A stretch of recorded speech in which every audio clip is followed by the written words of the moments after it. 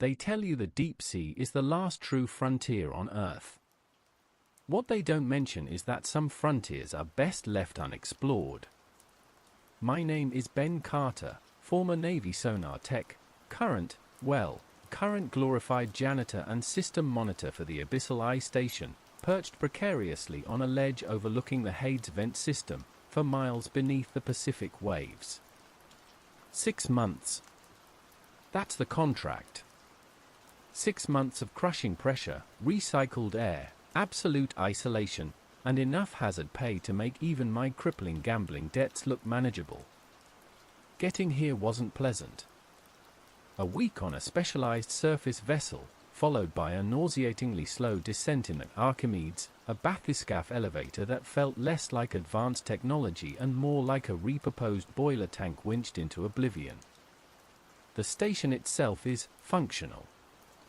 A cluster of interconnected titanium spheres and cylinders bolted to the abyssal plane, bristling with sensors, robotic arms, and reinforced viewports staring out into eternal darkness, occasionally punctuated by the eerie bioluminescence of things best left unseen. The Abyssal Eye's official purpose is monitoring the Hadal vent, the recently discovered, unusually active hydrothermal field spewing superheated water, exotic minerals, and, according to the pre-mission briefings, anomalous bio-acoustic signatures. My job, as the sole human presence during this operational cycle, is to keep the automated systems running, calibrate sensors, oversee the sample retrieval arms, ASRAs, and, most importantly, adhere strictly to the Hadal Protocol. Dr. Jen Lee, the project lead whose face I only ever saw via a pixelated video link before descent, was blunt. Mr. Carter, your technical background is sufficient, but your primary function is adherence. The protocols exist for a reason. Deviation is not an option. The environment is hostile, the phenomena poorly understood. Follow the rules, maintain the station, and try not to go mad. Comforting. The Hadal Protocol arrived on a heavily encrypted data slate just before I boarded the Archimedes. 5 points, each feeling colder and heavier than the last. Pressure lock integrity, perform manual pressure checks on outer hull sector 7, adjacent to Hadal's vent observation port, every 4 hours between 10 p.m. and 6 o'clock. Log any pressure differential exceeding 0.02 psi via secure channel alpha. Do not attempt recalibration without direct, voice-verified authorization from surface control using current temporal cipher. Check the window near the scary hot vent often. Report tiny leaks. Don't touch anything without permission. Bioacoustic monitoring. Log all level 3 or higher bioacoustic signatures, BAS, detected by hydrophone array delta, focused on Hadal's vent. If a signature omega event is detected, see Appendix G for waveform. Immediately initiate silent running a protocol, non-essential internal systems offline, minimal noise generation, for precisely 30 minutes. Do not attempt active sonar ping or external light activation during omega events. Log loud weird noises from the vent. If really loud weird noise happens, turn everything off, be quiet for half an hour, don't try to see what it is. Specimen Chamber 3, the reliquary. Access requires concurrent dual authorization, surface control plus on-site caretaker via biometric scan. Emergency Manual Override KA9 is authorized ONLY in the event of simultaneous critical failure, loss greater than 90% in both primary, CREO, and secondary, stasis field, containment systems for Unit 3C. Direct visual observation of Unit 3C contents via internal viewport is restricted, rely solely on sensor readouts. Stay out of the special fridge unless both cooling systems totally fail. Even then, don't actually look at whatever's inside. Automated Sample Retrieval Arm, ASIA. If ASIA Unit Gamma, operating nearest Hadal's vent primary fissure, experiences trajectory deviation or manipulator malfunction exceeding preset tolerances, initiate immediate retraction sequence for all deployed ASRA units. Do not attempt manual recovery of compromised arm or detach samples from the vent field vicinity. Log deviation telemetry and await surface control directive. If the robot arm near the main vent messes up, pull all arms back. Don't try to fix it or grab dropped stuff. Tell the surface. For AM system purge, station water reclamation, WR, and atmospheric processing, AP, systems undergo automated high-temperature sonic sterilization cycle nightly at 4 AM station time sharp, synchronized daily. All personnel must be secured within designated safe zones, living quarters module alpha or primary control sphere, no later than 3:50 AM. Exposure to purge cycle outside safe zones is unsurvivable. Be in bed or the control room by 3:50 AM, or the cleaning cycle will cook or liquefy you. So, here I sit. 2 weeks into my 6-month sentence. The silence is the first lie, the station is never truly silent.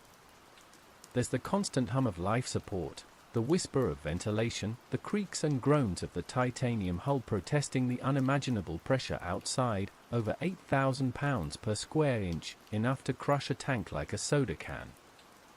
Outside the main viewport in the control sphere, the darkness is absolute, broken only by the station's own running lights reflecting off swirling particulate matter and the occasional, fleeting spark of some deep-sea creature's bioluminescence. My routine is dictated by the clock and the protocols.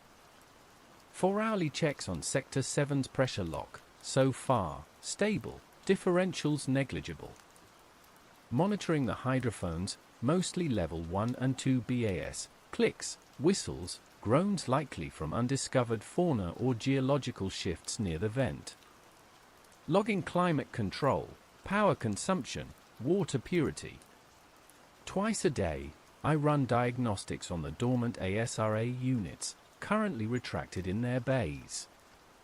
The 4 AM purge is punctual and terrifying. The first time, I almost didn't make it back to my quarters, hearing the warning chime echo down the corridor as the heavy safe zone hatch hissed shut just behind me. The sounds during the purge, high-frequency vibrations, the roar of superheated steam, are not pleasant, even through thick titanium walls. The reliquary. Specimen Chamber 3. It's located in a dedicated, heavily shielded cylinder off the main science module. Its door requires a complex sequence even to approach, let alone the dual authorization to open. Unit 3C, whatever it holds, is clearly the station's biggest secret and biggest fear. Sensor readouts relayed to my console are minimal, just temperature, stable, extremely low, and stasis field integrity, stable, high. No visual data. Rule 3 makes sure of that. Hades vent itself is the main event, observable via reinforced quartz viewports in Sector 7 and through remote camera feeds relayed to the primary control sphere. It's mesmerizing. Plumes of black, superheated water dense with minerals billow out from fissures in the rock, creating shimmering heat hazes and towering smokers of deposited sulfides. Strange, pale, eyeless creatures, crabs, tube worms, unidentifiable things, cluster around the life-giving heat in the crushing cold. But the hydrophones tell a different story. The clicks and groans aren't always geological. Sometimes the level 3 BAS events sound almost structured. Rhythmic. Like calls or signals. From what? Last night, I logged my first significant anomaly. Just after 11 PM. A sharp pressure spike on Sector 7's manual gauge jumped to 1.05 psi differential before slowly settling back below the 0.02 threshold. Logged it via Secure Channel Alpha. Surface Control's response, Received nearly an hour later due to the communication lag. Acknowledged. Monitor closely. Probable tectonic settling. Probable. Comforting. Then, around 1:30 a.m., hydrophone array Delta registered a level 3 BAS. Not unusual in itself. But the waveform, it wasn't the usual clicks or groans. It was a low, resonant hum, almost perfectly sinusoidal, that lasted for nearly 3 minutes before fading. Logged, level 3 BAS event, sustained monochromatic resonance, FREC, XHZ. No immediate response from surface control. I keep staring out the Sector 7 viewport now, towards the shimmering black smokers of Hadal's vent. The darkness feels deeper, the silence heavier. Was the pressure spike related to the hum? Was something out there causing both? The rules felt less like procedure and more like warnings tonight. Warnings about things the station was built to watch, but perhaps not equipped to handle. The days following the pressure spike and the strange, resonant hum settled into a tense quiet. Too quiet. I found myself obsessively checking the Sector 7 pressure gauge, my eyes constantly scanning the hydrophone readouts, jumping at every minor fluctuation, every level 1 click or groan from the deep. Sleep became fragmented, haunted by dreams of crushing pressure and unseen things calling from the vent's fiery darkness. Surface control remained distant, their responses to my logs perfunctory, acknowledged. Continue monitoring. It felt less like oversight and more like being a lab rat left alone in a particularly elaborate cage. Then, Signature Omega arrived. It was 2:47 a.m. I was in the primary control sphere, nursing lukewarm coffee, staring blankly at the main viewport, lost in the hypnotic dance of scarce bioluminescent specks against the infinite black. Suddenly, the hydrophone console erupted. Not just a level 3 spike, but a full spectrum overload. Alarms blared, piercing sirens I hadn't heard before. Red lights bathed the sphere. And the sound. It wasn't just a hum this time. It was a complex, multi-layered wave of sound that hit me physically, vibrating through the titanium hull, through the deck plates, into my teeth, my skull. Deep, subsonic pulses overlaid with high-frequency harmonics that scraped at the edges of hearing, forming a pattern that felt nauseatingly intelligent. Like a language spoken by leviathans. My tablet screen flashed frantically. Signature Omega detected, Hadal's vent origin. Initiate silent running protocol immediately. Rule 2. No hesitation this time. My hands flew across the console, fingers hitting the sequences ingrained by drills I'd run dozens of times but never expected to use. Main reactor throttle to minimum. Non-essential life support offline. Internal lighting dimmed to bare minimum emergency strips. Ventilation reduced to a near-silent trickle. Even the primary console powered down most displays, leaving only critical life support and the hydrophone feed active, now displaying the terrifying, complex waveform of Signature Omega dominating the spectrum. Silence. Or near silence. The station, usually alive with hums and whispers, held its breath. Only the faint hiss of my own breathing inside the sphere and the distant, almost subliminal thrum of the geothermal core remained. And the sound from outside. Muffled now by the hull, but still present, a bone-deep vibration that seemed to bypass hearing and resonate directly with my nervous system. 30 minutes. That was the rule. 30 minutes of absolute stillness, minimal power, minimal noise. Why? To hide? From what? From the source of that impossible sound? The sphere felt smaller, darker, the reinforced viewport a fragile window onto a hostile universe.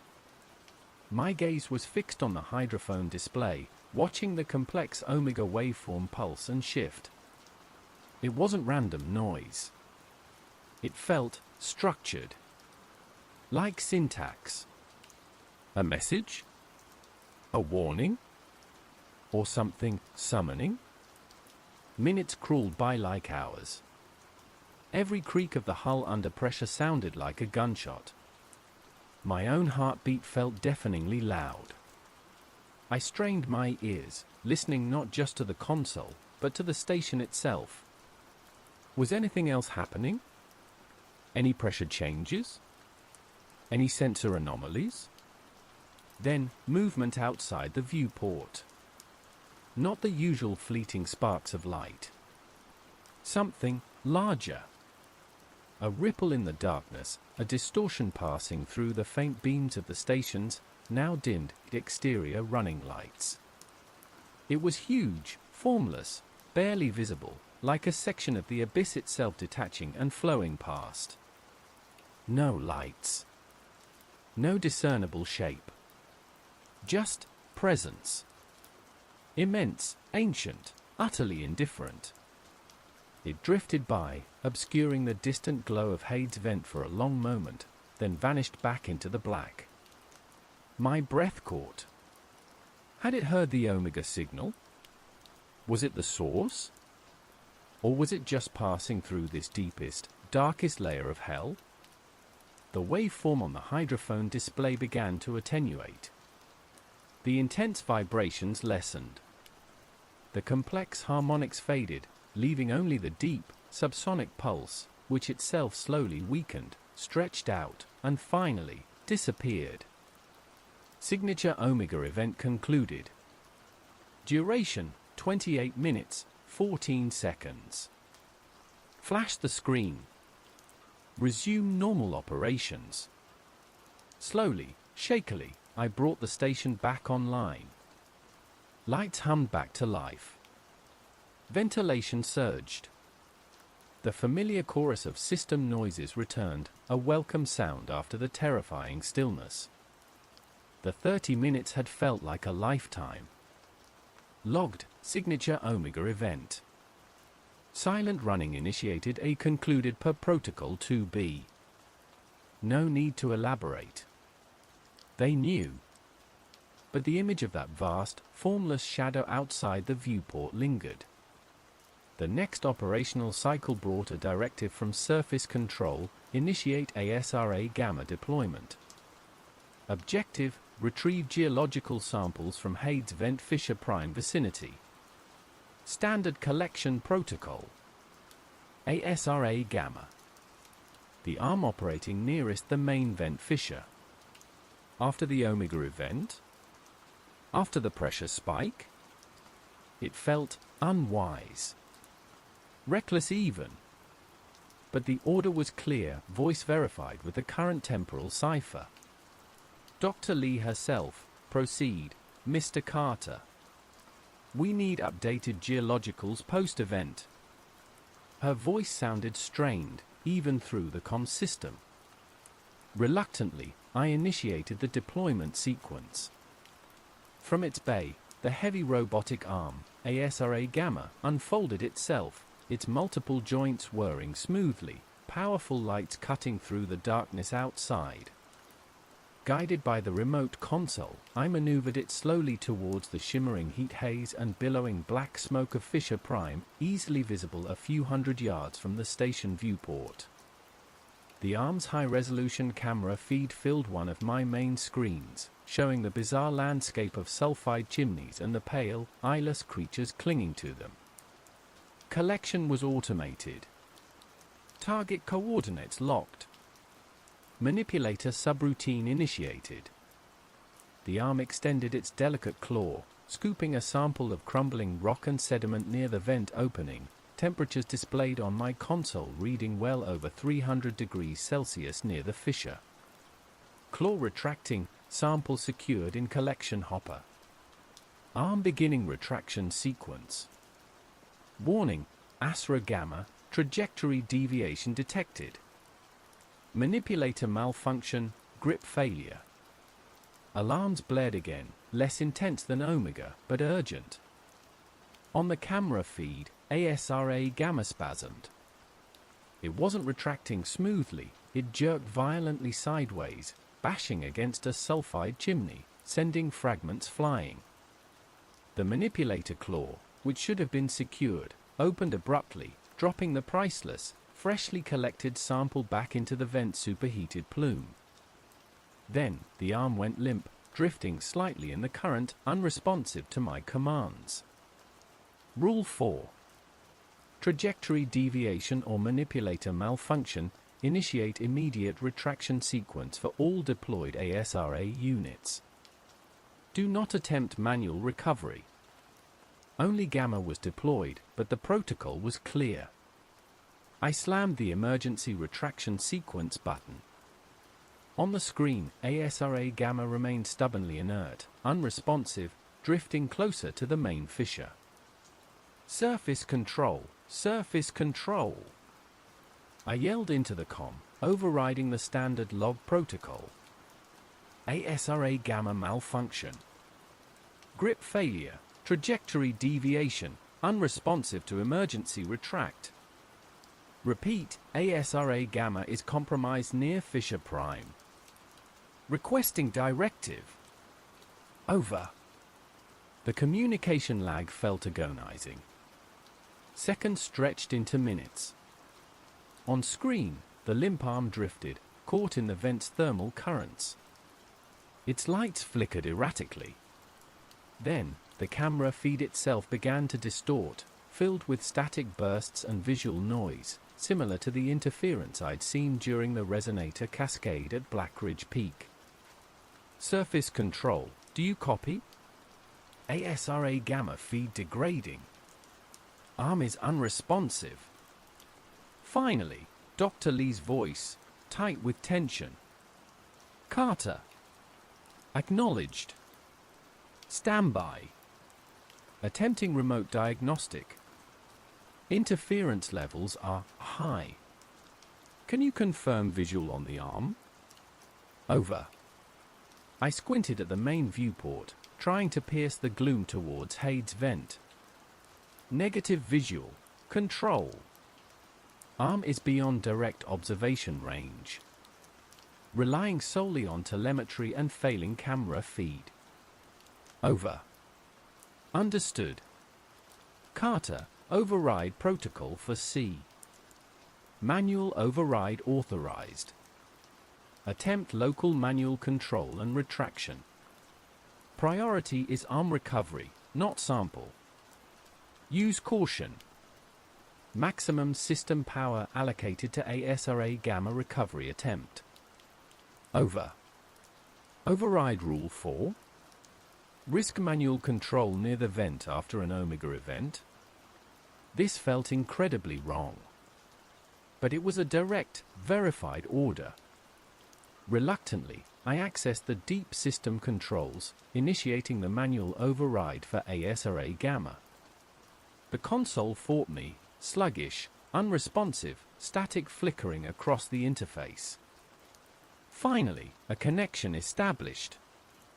Manual control active. Trying to compensate for the drift, I engaged the arm's thrusters, attempting to pull it back towards the station. It responded, sluggishly at first, then with a sudden, violent jerk. The camera feed momentarily cleared, showing the arm swinging wildly, its manipulator claw snapping open and closed erratically. Then, the feed filled with something else. Not rock. Not water. Something pale, membranous, covered in faint, pulsating bioluminescent patterns, filling the camera's view as the arm slammed into it. A high-pitched screech, utterly alien, overloaded the audio feed before the camera went completely black. ASRA Gamma, catastrophic failure. Connection lost. Unit offline. The arm was gone. Consumed? Destroyed? And surface control had just ordered me to break protocol, sending it deeper into danger. Why? What was so important about recovering that arm? Asra Gamma, catastrophic failure. Connection lost. Unit offline. The message burned on the console screen, stark red against the deep blue interface. The arm was gone. The camera feed black. The high-pitched alien screech echoed in my memory. Surface control. Surface control. I yelled into the comm, my voice hoarse with panic and anger. ASRA Gamma is lost. Repeat, catastrophic failure after override. Camera feed showed impact with unknown biological. Unit is offline, presumed destroyed. Over. The response, when it came after the agonizing delay, was chillingly calm. Dr. Lee's voice, devoid of the earlier strain, smooth as polished ice. Acknowledged, Carter. Telemetry confirms unit loss. Regrettable, but acceptable. Cease recovery attempts. Return to standard monitoring protocols. Maintain vigilance regarding Sector 7 pressure integrity. Over. Acceptable? Regrettable? They'd ordered me to break protocol, override safety, push the arm deeper into danger after an Omega event, and its destruction was merely if acceptable. What was on that arm? What samples had it really been collecting before the malfunction? And why the sudden obsession with Sector 7's pressure lock now? My trust in surface control, already thin, evaporated completely. They weren't just observing, they were probing. Using the station's equipment, to poke at whatever lurked in the Hades vent system, consequences be damned. And Dr. Lee's sudden shift in tone, it felt wrong. Rehearsed. Like reading from a script. Shaking with a mixture of fear and fury, I returned the station to standard operation, the silence feeling heavier, more menacing than before. I ran diagnostics on the remaining ASRA units, all functional, thankfully. But the loss of Gamma felt like losing a limb, our primary tool for interacting with the vent system gone. My attention became laser-focused on Sector 7.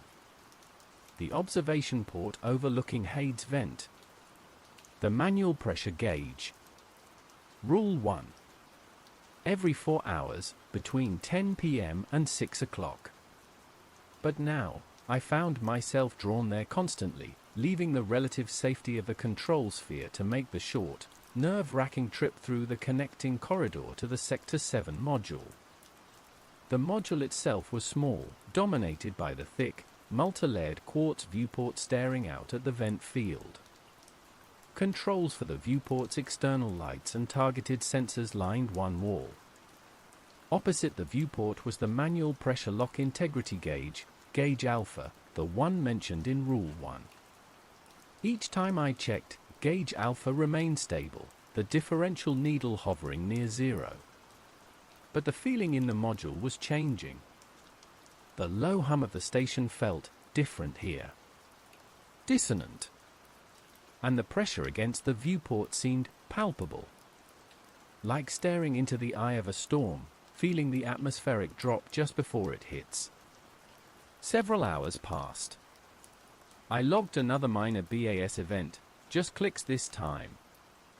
Tried to eat, rehydrated nutrient paste tasted even more like cardboard than usual. Tried to read, the words swam before my eyes. My mind kept replaying the ASRA Gamma feed, the pale, membranous thing, the screech, the static. And Dr. Lee's icy dismissal. It was nearing 3 a.m. Less than an hour until the scheduled system purge. I was back in Sector 7 for another obsessive pressure check. Gauge Alpha, stable. Viewport, blackness, punctuated by the distant, shimmering heat haze of Hades vent under the station's external work lights, which I'd reactivated against my better judgment. Then, I heard it. Not through the hydrophones. Through the hull. A faint, rhythmic tapping. Coming from outside the Sector 7 viewport. Tap, tap, tap. Slow, deliberate, methodical. Like someone, or something, was patiently knocking on the reinforced quartz for miles beneath the ocean. I froze, breath catching in my throat. My eyes scanned the darkness beyond the viewport. Nothing visible. Just the infinite black and the distant vent glow. Tap, tap, tap, tap. It was changing rhythm. Testing? Probing? My blood ran cold. I fumbled for my comm bead. Surface control. Sector 7, auditory anomaly, external tapping detected on primary viewport. Over. Silence. No response. Communication lag? Or were they simply not answering? Tap. Tap. Tap. Louder now. Sharper. Like something hard striking the quartz. My eyes shot to gauge alpha. The needle, previously stable, began to vibrate. Then, it jumped.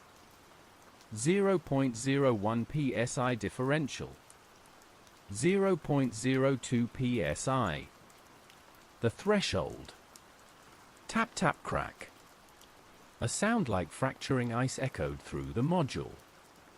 A visible, hairline crack spiderwebbed outwards from the center of the massive viewport. Not just tapping anymore. Impacts.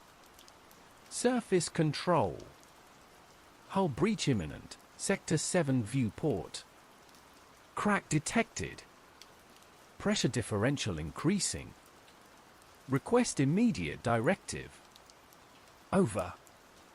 I yelled, backing away from the viewport, towards the module's connecting corridor hatch. Gauge Alpha's needle climbed steadily. 0.03 psi. 0.04 psi. Warning lights began flashing around the viewport rim. Hull integrity alert, Sector 7. Still no response from surface control. Crack. Another impact, louder, more violent. The crack widened, branched out. A fine mist, superpressurized water forcing its way through the microfracture, began spraying into the module, instantly turning to vapor in the station's atmosphere, hissing loudly. 0.05 psi. The alarms intensified. Critical hull integrity failure imminent. This was it. If that viewport went, the entire station would implode in milliseconds, crushed into scrap by the abyssal pressure. My eyes darted to the emergency bulkhead controls next to the corridor hatch. Sealing the module would isolate the breach, maybe save the rest of the station. But it would trap me here. With it. Think. Protocol. What was the protocol for hull breach?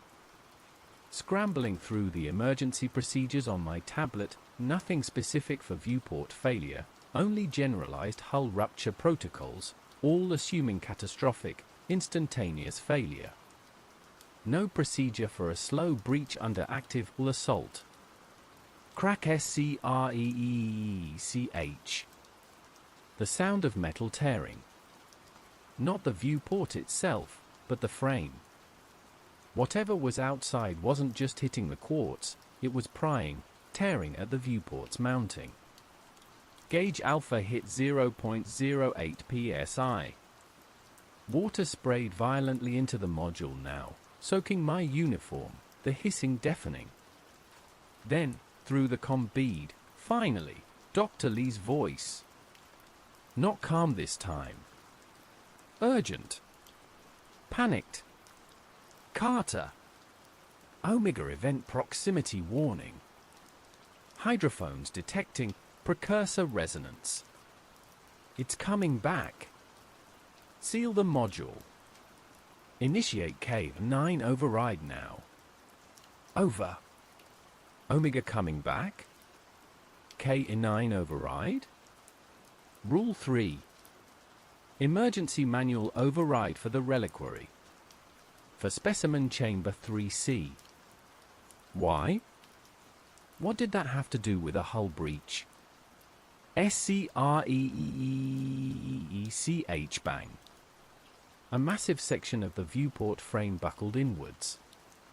Water gushed into the module, pooling rapidly around my ankles. The main light shorted out, plunging the module into darkness lit only by the flashing red emergency lights and the faint glow from the corridor beyond the hatch. Through the widening gap, I saw it. Not a formless shadow this time. Limbs. Pale, multi-jointed, impossibly thin limbs, tipped with razor-sharp talons, wedging themselves into the breach, tearing at the metal. And eyes. Multiple pairs of small, black, insectoid eyes, glinting wetly in the emergency light, staring in. No time to question K09. No time for anything. Slamming the emergency bulkhead control, I sealed the corridor hatch just as Dr. Lee's final, garbled words came through, K9, release, only hope, balance. The connection died as the bulkhead slammed shut, sealing me in. Turning, I faced the rapidly flooding module, the screeching sound of tearing metal, the gushing water now knee-deep. The pale limbs worked relentlessly at the viewport frame. And from outside, echoing through the breach, rising above the roar of water and tearing metal, came the sound. The deep, multi-layered, bone-vibrating resonance of signature Omega, returning with terrifying speed. K9 override. The reliquary. Unit 3C. My only hope, according to Lee. A hope that resided in releasing the one thing the protocols warned must never be released. The roar of incoming water filled the rapidly flooding Sector 7 module. Knee-deep, then waist-deep in icy, pressurized seawater that threatened to sweep me off my feet. The screech of tearing metal was constant as the pale, multi-jointed limbs outside ripped relentlessly at the viewport frame. Red emergency lights pulsed erratically, reflecting off the churning water and the glinting insectoid eyes peering through the breach. And underneath it all, the bone-jarring resonance of signature Omega grew, vibrating through the hull, shaking the very water around me. Trapped. Sealed in by the bulkhead behind me, faced with imminent implosion or whatever horrors were forcing their way in. Dr. Lee's panicked words echoed, K9 override, release, only hope, balance. Balance? How could releasing the most restricted specimen in this station possibly create balance? Unless it wasn't about balancing me against them. Maybe it was about balancing them against each other? Whatever Unit 3C was, perhaps it was the natural predator or rival of whatever was causing the Omega signature and tearing its way through the hull. A horrifying, abyssal ecosystem check and balance. No time to their eyes. The water was chest-high now, icy cold seeping through my uniform, threatening hypothermia. The viewport frame groaned, buckling further. I had maybe minutes, perhaps only seconds, before total failure. The reliquary. Specimen Chamber 3. It was in the adjacent science module. But how to get there? The bulkhead sealed the main corridor. My eye scanned the flooding module. Access panels? Maintenance hatches? My gaze fell on a section of the floor grating near the inner wall, partially submerged.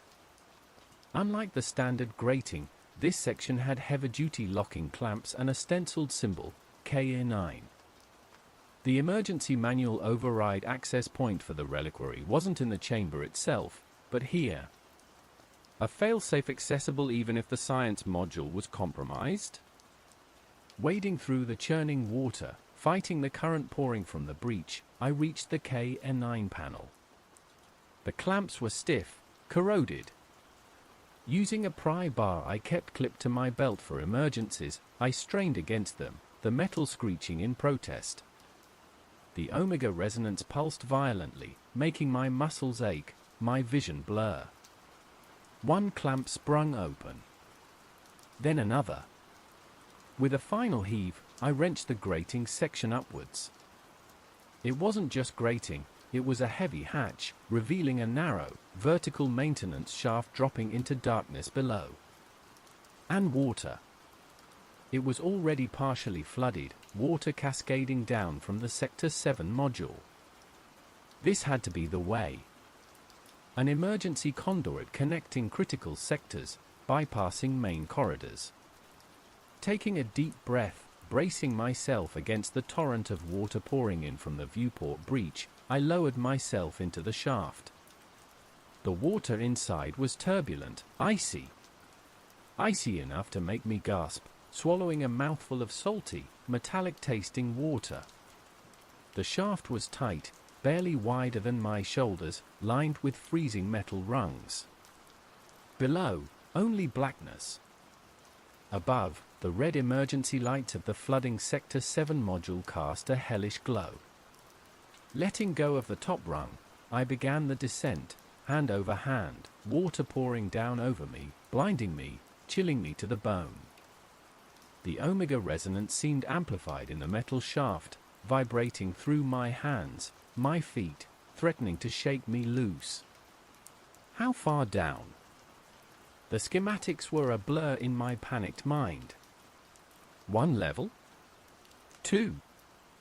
After what felt like an eternity, my feet hit rising water below. I'd reached the bottom of this section. Shining my dimming flashlight downwards through the churning water revealed another heavy hatch, this one horizontal, set into the floor of the shaft. KN9 symbol clearly visible. Treading water, gasping for air in the small space above the water line, I fumbled with the hatch mechanism. Another set of heavy clamps. My fingers were numb with cold, clumsy. The water level in the shaft was rising steadily, fed by the breach above. Come on, come on. The last clamp sprung open. Pulling the heavy hatch upwards against the water pressure felt almost impossible, but adrenaline surged. It opened inwards, revealing the corridor below, dimly lit, thankfully not flooded. I hauled myself through the opening, collapsing onto the blessedly dry deck plates of the science module corridor, gasping, shivering uncontrollably. Slamming the shaft hatch shut above me, I sealed the clamps, hopefully stopping the flood from reaching this level. Silence here. The roar of the breach was gone, muffled by the sealed hatch. But the Omega resonance still thrummed through the station structure, a constant, nauseating vibration. And ahead, down the short corridor, bathed in the eerie glow of its own status lights, was the heavily shielded, cylindrical structure of Specimen Chamber 3, the Reliquary. Its main access door, requiring dual authorization I didn't have, remained sealed. But beside it, set into the wall, was a small, recessed panel marked Emergency Manual Override KE9. Protected by a thick plasteel cover. This was it. Lee's last resort. Balance. My hand trembled as I lifted the cover. Beneath it was not a lever or a button, but a recessed biometric scanner pad and a single, covered toggle switch labeled Containment Field Release, Unit 3C. Rule 3, Emergency Manual Override KN9 is authorized ONLY in the event of simultaneous critical failure in both primary, cryo, and secondary, stasis field, containment systems for Unit 3C. But Lee had ordered it now. Why? Was the Omega resonance itself causing those systems to fail?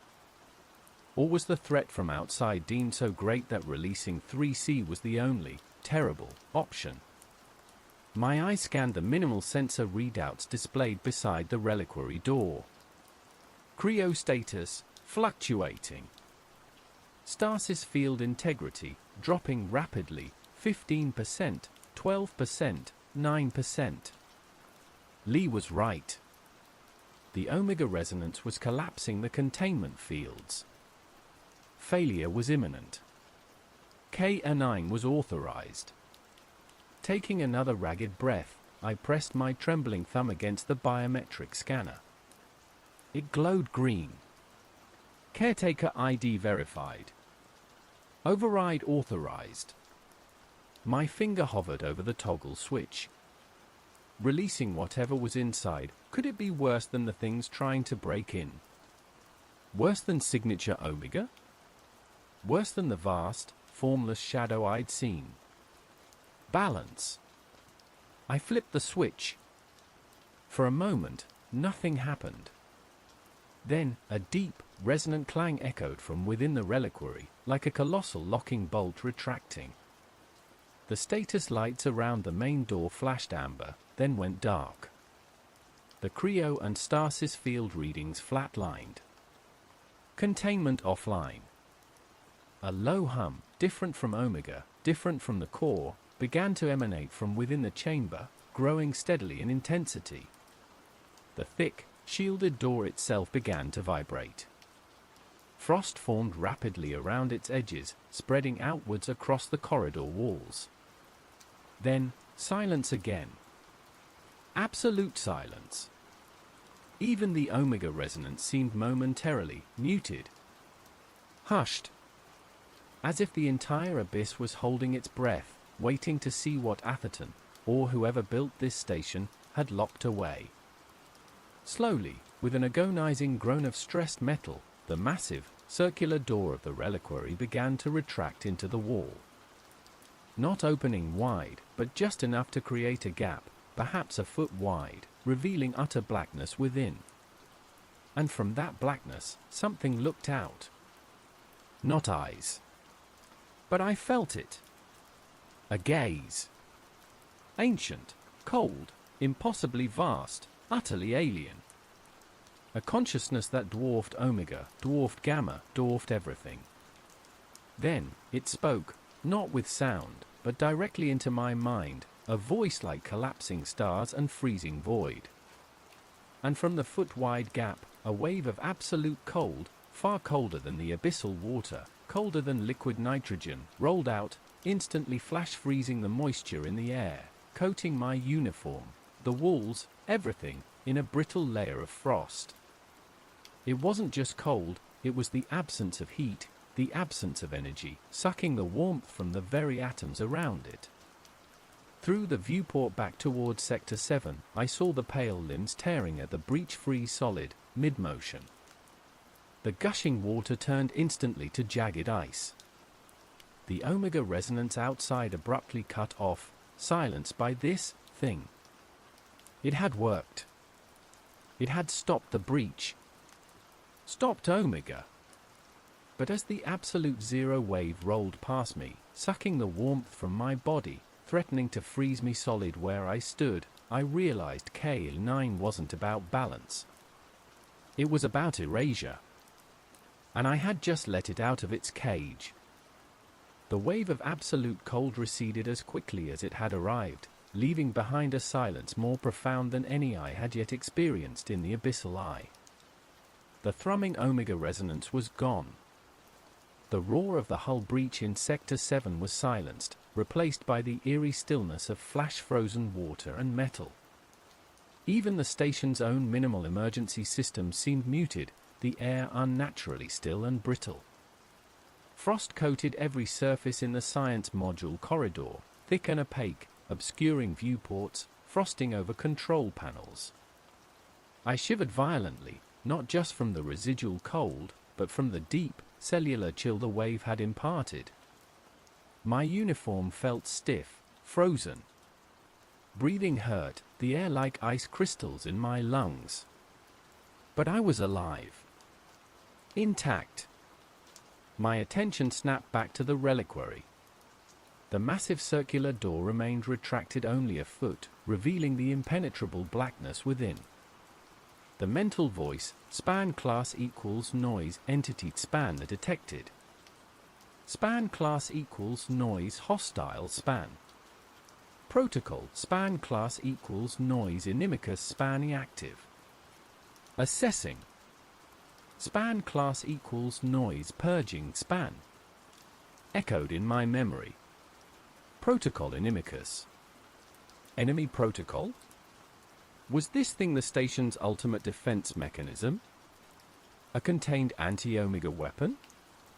Slowly, cautiously, I pushed myself up, my muscles stiff, protesting. The frost crunched under my boots. I edged towards the reliquary door, trying to peer into the gap, trying to see what had emerged, what had unleashed the wave of absolute zero. The blackness within seemed deeper now. Not just the absence of light, but an active, absorbing void. And the feeling emanating from it, the ancient, cold, vast consciousness, it hadn't retreated. It felt present. Aware. Assessing. Suddenly, a low hum started again, different from before. Not from the reliquary, but from the station's systems around me. Panels flickered. Status lights blinked weakly, green, amber, red, seemingly at random. My tablet, lying frosted on the floor where I'd dropped it, screen dark, suddenly flared to life. Not with system alerts, but with a single, stark white symbol against a black background. A complex, multi-layered geometric shape, like a snowflake made of intersecting lines and impossible angles. It pulsed softly, in time with the new, low hum filling the corridor. What was this? A system reboot? A diagnostic icon? Or a signal? As I stared, mesmerized, the symbol began to rotate, slowly at first, then faster. The hum intensified, shifting in pitch. And I felt it again, the mental voice from the reliquary, but clearer now, colder, more focused. Calibrating. Span class equals noise target span acquired. Resonance span class equals noise signature span a match. Initiating span class equals noise neutralization span. Target acquired? Resonance signature match? My mind flashed back, the Omega waveform, the weird hum preceding it, the ASRA arm hitting the pale membrane. Were they connected? Was the thing breaking through the hollow target? Before I could process further, the humming peaked, becoming a high-frequency whine that made my teeth ache. The rotating symbol on my tablet flared brilliantly white. And from the barely open door of the reliquary, something moved. Not flowing darkness this time. Something crystalline. A shard, impossibly thin, impossibly sharp, made of pure, solidified cold, shot out from the gap with incredible speed. It wasn't aimed at me. It flew past me, down the corridor, towards the sealed KI-9 shaft hatch leading back up to the flooded, breached Sector 7. It struck the heavy titanium hatch dead center. No explosion. No impact sound. Just contact. The crystalline shard seemed to phase into the metal, vanishing within it. For a second, nothing happened. Then, the entire hatch glowed faintly white, the same stark white as the symbol on my tablet. Frost exploded outwards from it, coating the surrounding walls in an even thicker layer. A network of white, ice-like lines spread rapidly across the hatch surface, mirroring the complex geometric symbol. Then, with a sound like a universe cracking, the hatch disintegrated. Not shattered. Erased. Leaving only a perfectly circular opening where it had been, revealing the dark, water-filled shaft beyond. And the cold, the absolute zero cold poured down from the opening, sucking the remaining warmth from the corridor, flash freezing the air itself into glittering particles. Neutralization.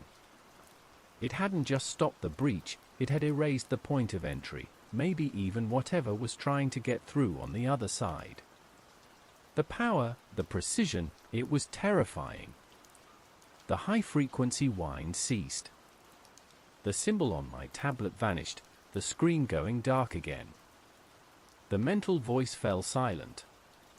The reliquary door remained ajar, a sliver of absolute blackness. Had it worked?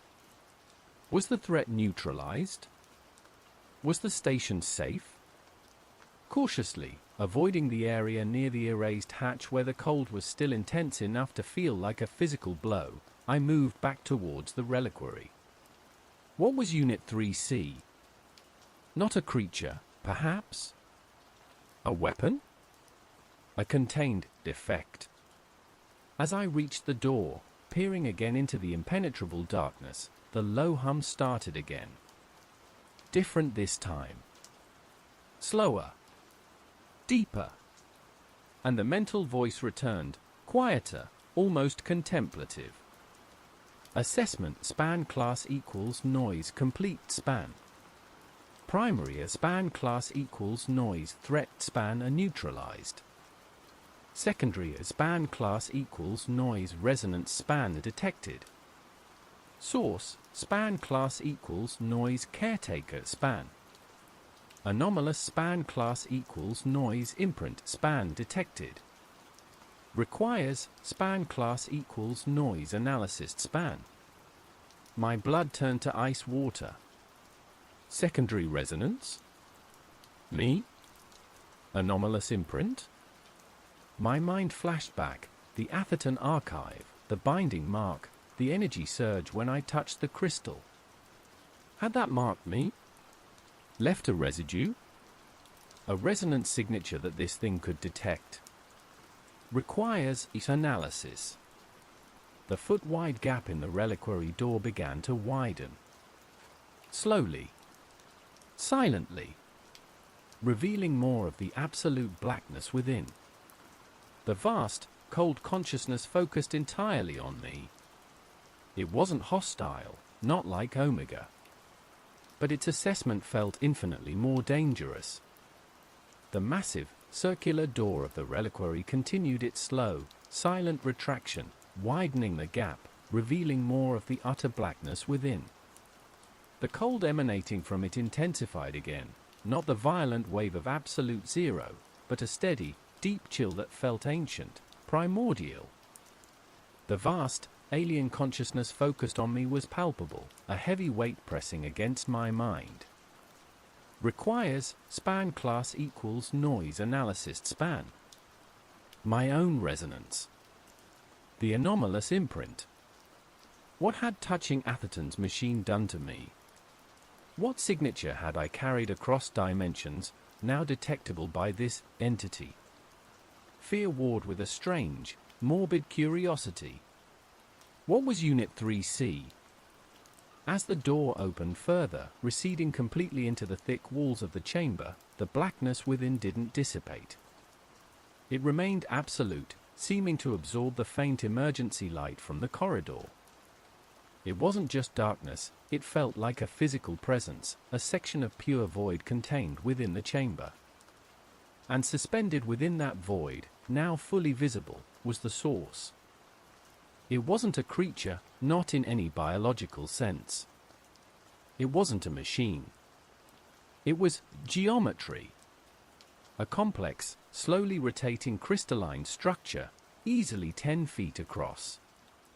Composed of intersecting planes of absolute blackness, sharp angles, and facets that seemed to refract dimensions rather than light. It looked like a tesseract rendered in frozen shadow, constantly folding in on itself, yet maintaining its overall shape. At its core, barely visible, pulsed a single point of faint, stark white light, the source, perhaps, of the neutralizing cold and the mental voice. Unit 3C. Not a specimen from the abyss. Perhaps a tool for the abyss? Or something else entirely? The mental voice returned, calmer now, colder. Subject span class equals noise designate span caretaker.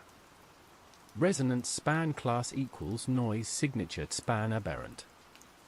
Origin span class equals noise unknown span. Temporal the dimensional span class equals noise displacement span detected. Correlation span class equals noise found a span project span class equals noise chronos spanner echo. Initiating span class equals noise deep spanner scan. Project Chronos? That name. Fenway had mentioned it back at the NUSR facility. The project Tom Lansin worked on. The Tesla Femi Bridge. Time travel. Universes. This thing, it knew? It could detect dimensional displacement? Before I could react, the rotating black crystal pulsed.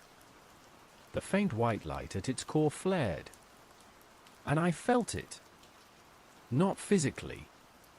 Mentally. A cold, surgical intrusion into my thoughts, my memories. Not whispers this time, not chaotic echoes. This was focused, deliberate, analytical. Images flooded my mind, pulled unwillingly to the surface, May bleeding on the floor. Tom's terrified face in the shed. The blinding pain of universe hopping. My parents' car erupting in flames. Tara's face, smiling on a beach 10 years, one universe, away. Fenway's grim determination. Brati's sneer. Ari's turning to face the replicator. The pulsing gamma anomaly. Atherton's glowing green eyes. The binding mark searing itself onto my palm. My life, my lives, laid bare, scanned, catalogued by this alien intelligence. It felt violating, terrifying, yet strangely detached. Like watching microfilm of my own soul scroll past in a cold, silent archive. The process lasted only seconds, but felt like an eternity. Then, it stopped. The mental pressure receded. The crystal continued its slow, silent rotation. Span class equals noise complete span, the voice stated. Subject, span class equals noise leo span vance. Origin, span class equals noise universe span Sierra. Designation span class equals noise pending span. Temporal span class equals noise AGE span approx plus 10 years local span class equals noise baseline span. Resonance span class equals noise imprint span Atherton binding mark fragmentary. Status span class equals noise anomalous span NON hostile. Leo Vance? Atherton binding mark? It had pulled the name from my archive memories. It recognized the mark. Non-hostile. A wave of dizzying relief washed over me. It wasn't going to erase me. Secondary span class equals noise query span, the voice continued. Objective OF span class equals noise Atherton span binding mark application TO span class equals noise Hadal span station systems. It thought I controlled the mark? That I had used it somehow? I didn't apply it, I stammered, my voice echoing strangely in the frosted corridor. It just happened. Back there. At the Atherton archive. I touched the machine. The crystal pulsed faintly.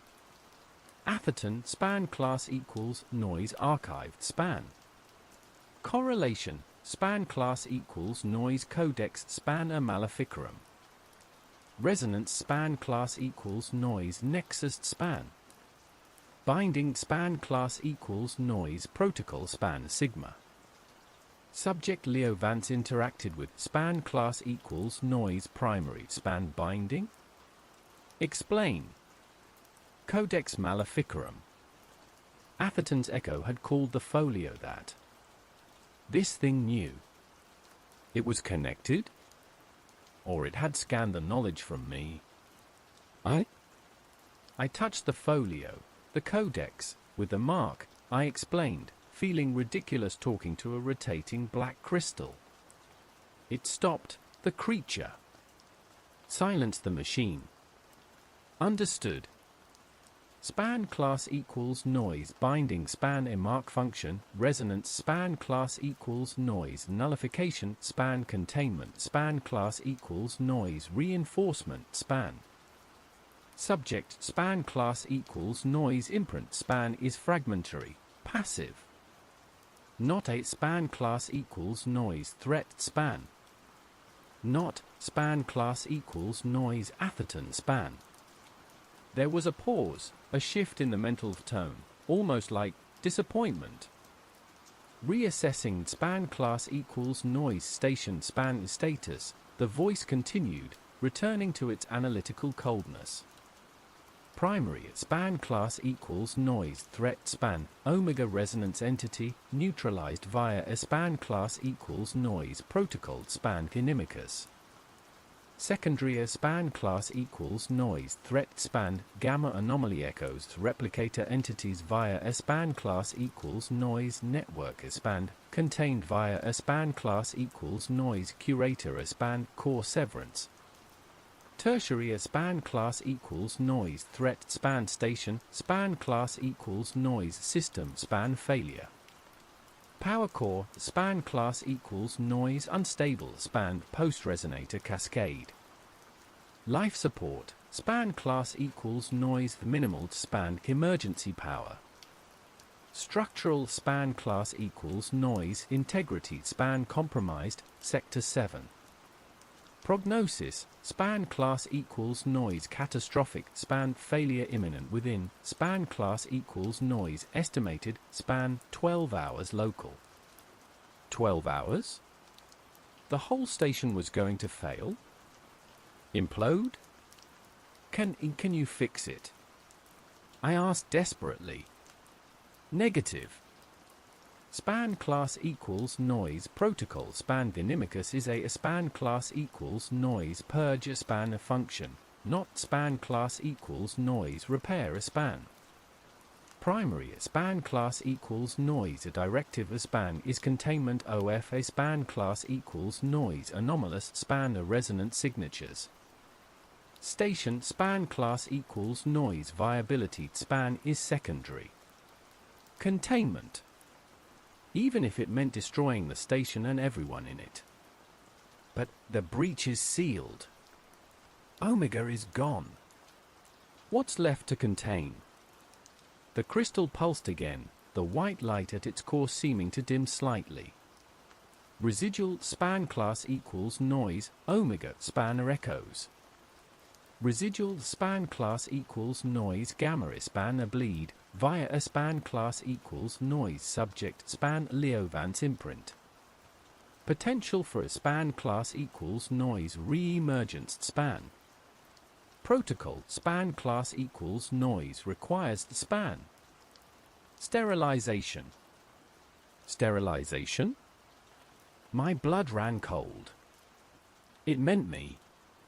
The mark on my hand, the connection to Atherton's folio, the gamma resonance I now carried. I was the secondary resonance. I was the loose end.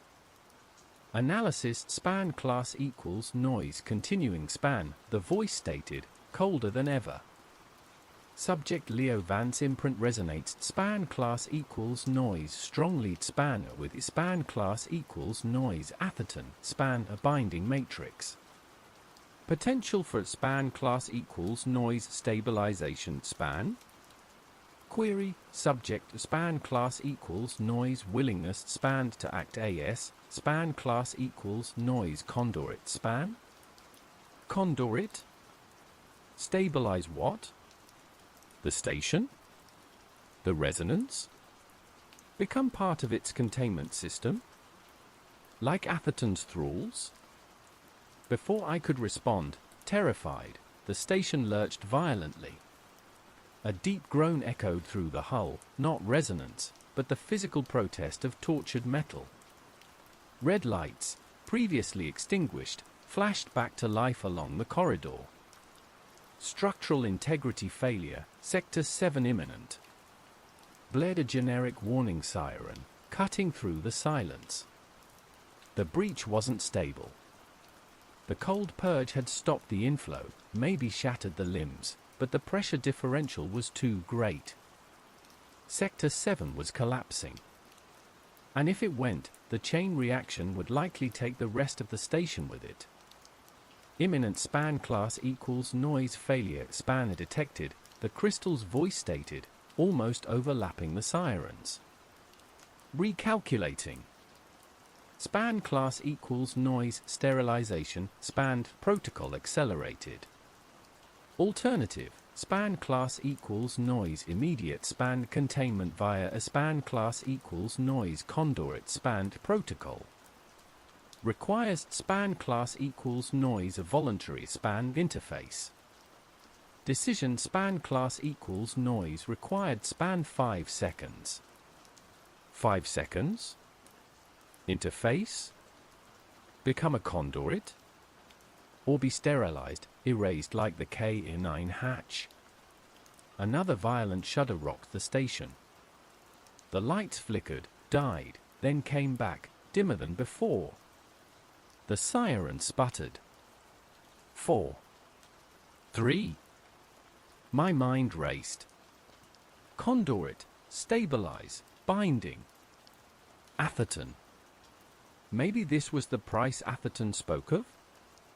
Not servitude, but sacrifice? Use the mark, become the balance? Could I even survive it? But the alternative is sterilization, erasure. 2. Yes. I screamed into the blackness of the reliquary. Yes. Conduit. Interface. Whatever. Just do it. 1. Span class equals noise voluntary span interface span class equals noise accepted span. Initiating span class equals noise conduit spanned protocol.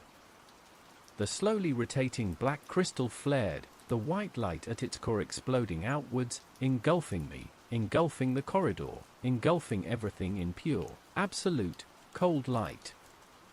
The world dissolved into cold, white, silent light. It wasn't painful, not like the universe-hopping transit.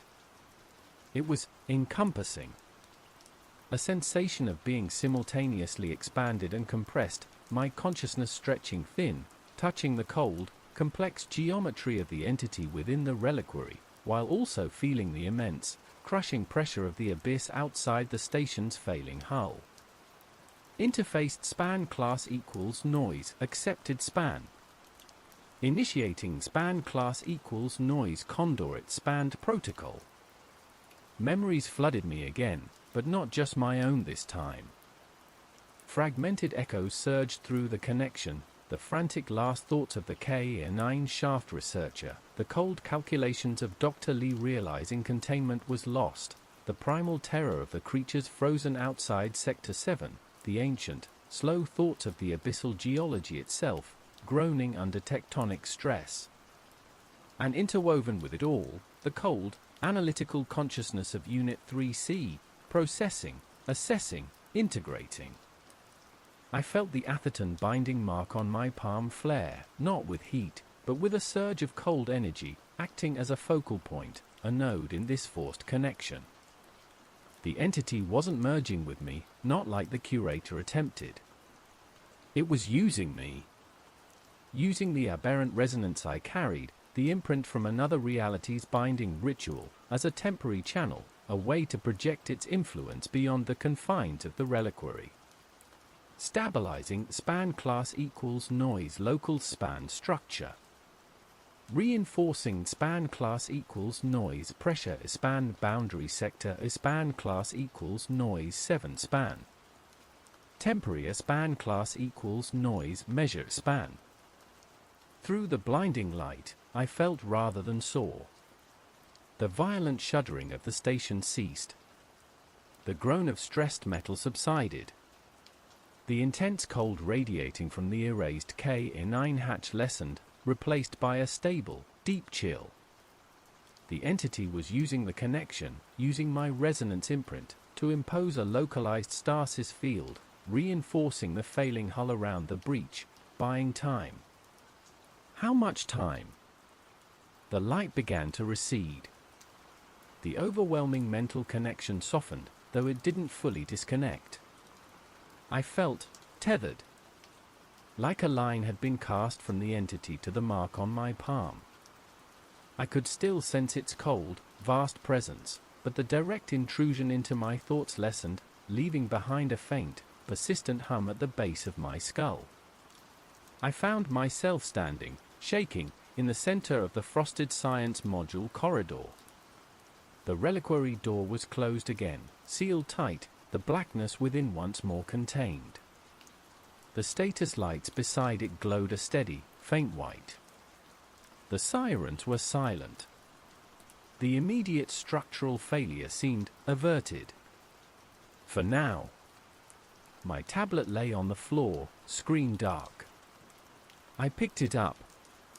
Dead. The energy surge, or the entity's direct influence, had fried it. Communication with the surface, already impossible, was now definitively severed. I was truly alone. Alone with it. My body ached, a deep, bone-weary exhaustion settling in.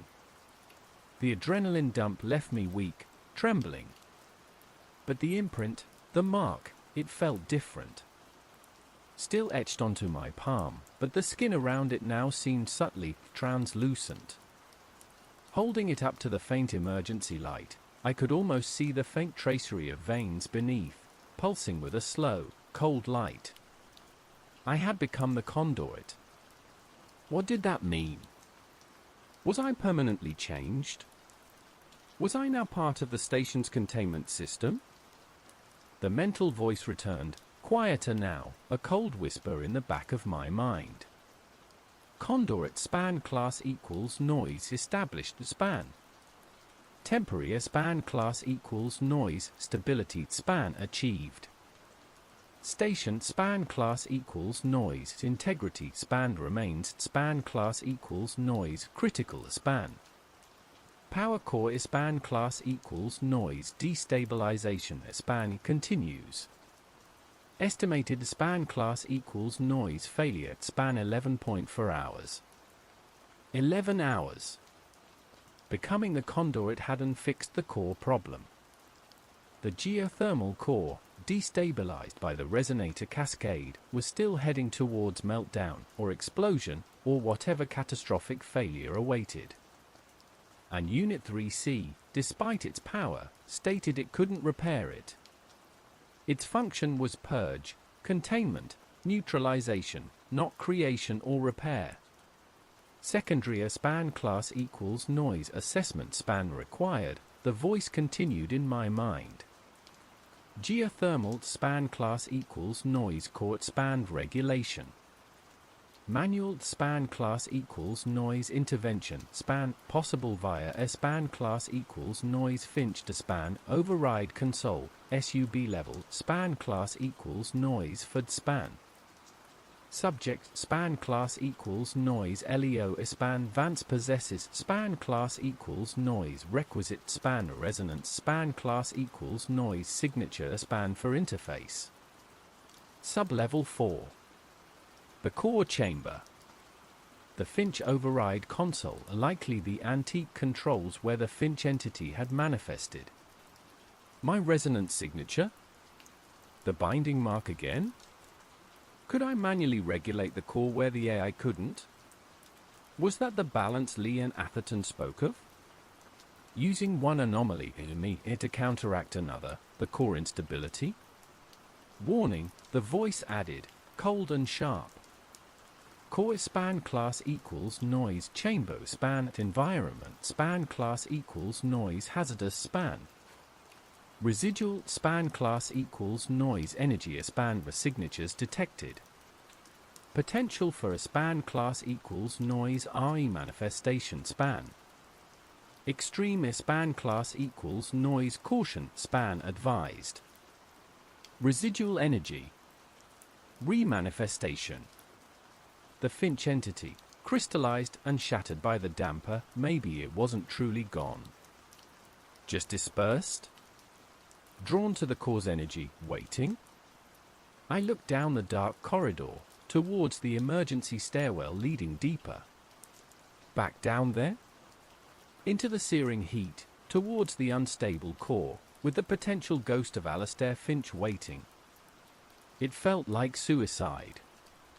But the alternative, waiting here for the station to fail, for the core to breach, unleashing geothermal hell and God knows what else into the abyss, that was certain death. For me, and potentially catastrophic for the world above if whatever resonance escaped reached the surface. 11 hours. My hand instinctively touched the faint, scarred mark on my palm. Conduit. Maybe this was my purpose now. Maybe this was the price. Conduit span class equals noise function span requires span class equals noise proximity span to span class equals noise primary span system, the voice stated, confirming my unspoken dread. Proceed to span class equals noise sub leveled span 4. Maintain span class equals noise interface span. Stabilization span class equals noise protocol span requires span class equals noise imprinting span. Imprinting? What the hell did that mean? The cold voice offered no further explanation. Just the directive. Proceed. Interface. Imprint.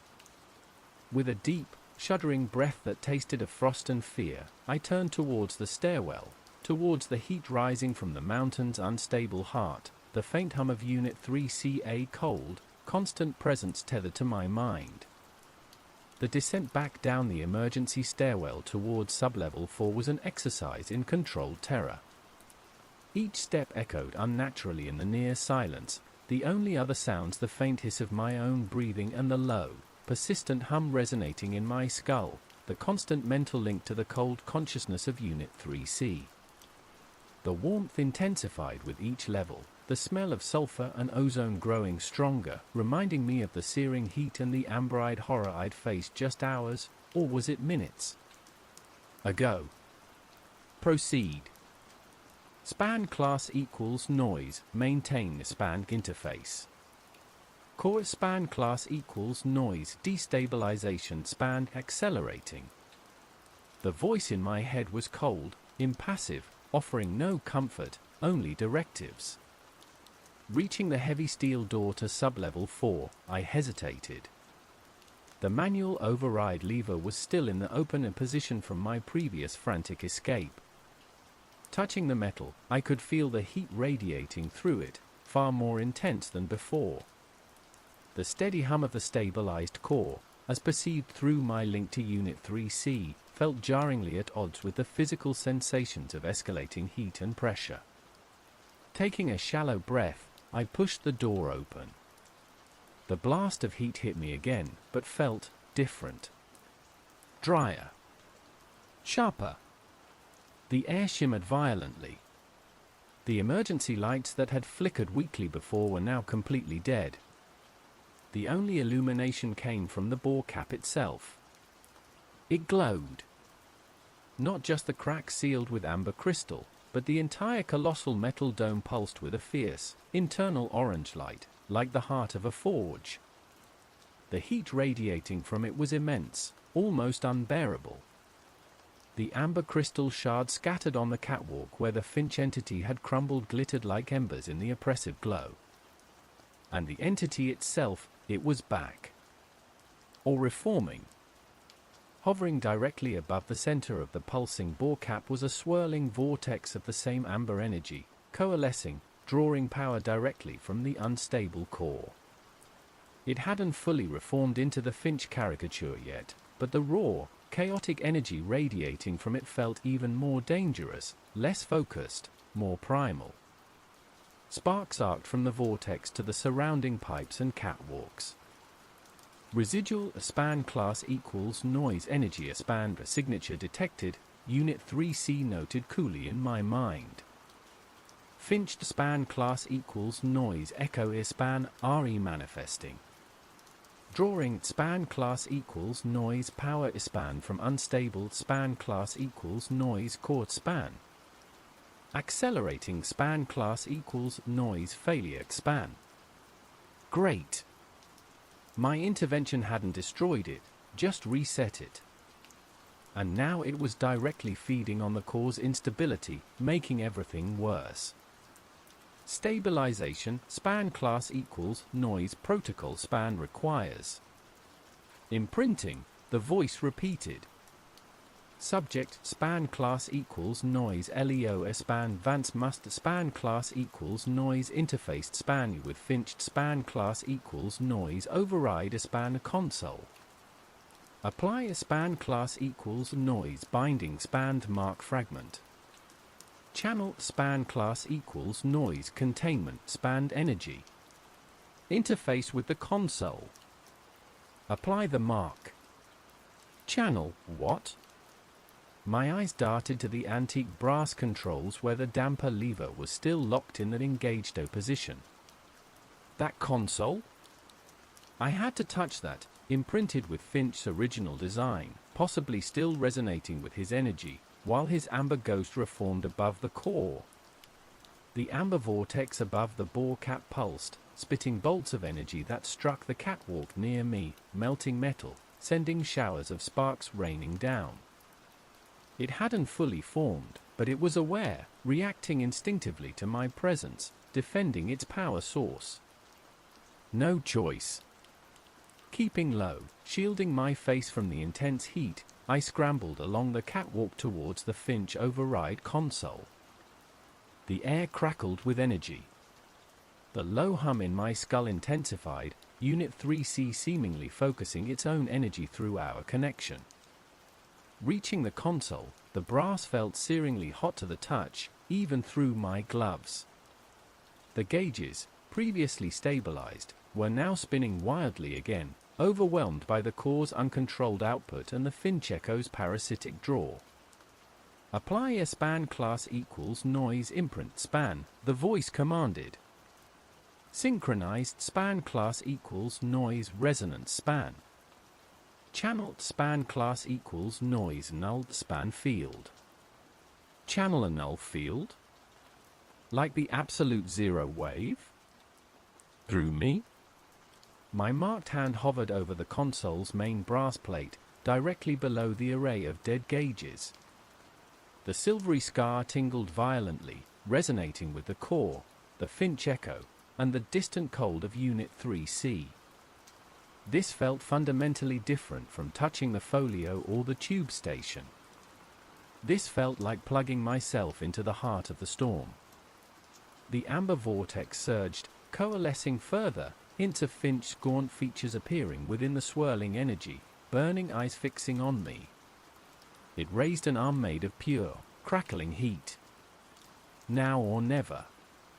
Taking a final, searing breath, I slammed my marked palm flat onto the hot brass console plate. White noise. Pressure. Cold fire. The world vanished again, not into light or darkness, but into sensation. An overwhelming torrent of energy surged through me. From Unit 3C, cold and sharp, flowing into the mark. From the geothermal core, hot and chaotic, flowing out of the console, into the mark. My hand felt simultaneously flash-frozen and incinerated. My consciousness became a battleground, a conduit fighting to channel, to balance, two opposing, infinite forces. Synchronizing? Balancing? Imprinting null field. Unit 3CS voice was strained now, overlaid with static, fighting against the core's chaotic energy. Through the roaring white noise in my head, I felt the Finch echo recoil. The amber energy vortex faltered, its connection to the core disrupted by the null field I was now channeling. It shrieked again, that sound of static and rage, trying to reassert its dominance over the energy flow. But the mark held. Anchored by Unit 3CS cold power, amplified by my own unexpected resonance, it acted like a siphon, a regulator, forcing the core's chaotic heat into a semblance of order, channeling the excess energy away, not into destructive force, but seemingly back into the deep earth, grounding it, nullifying it. The process felt like it was tearing me apart. My vision grayed out. My body screamed under the strain. The cold fire on my palm intensified, threatening to consume me. Core expand class equals noise stability span increasing. Finched span class equals noise echo expand dissipating. Containment span class equals noise field expand RE established. Slowly, agonizingly, the roaring in my head subsided. The feeling of being torn apart lessened. The amber vortex above the bore cap flickered, faded, its furious energy draining away, channeled through me, through the mark, into nothingness. The bore cap's fierce orange glow dimmed, settling back into a steady, powerful hum.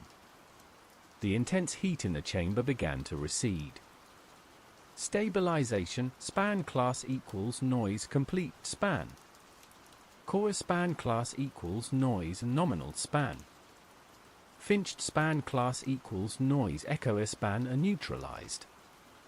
Conduit span class equals noise function span ceasing. The connection snapped. The cold presence of Unit 3C withdrew from my mind. The energy flow through my hand ceased. The white noise vanished.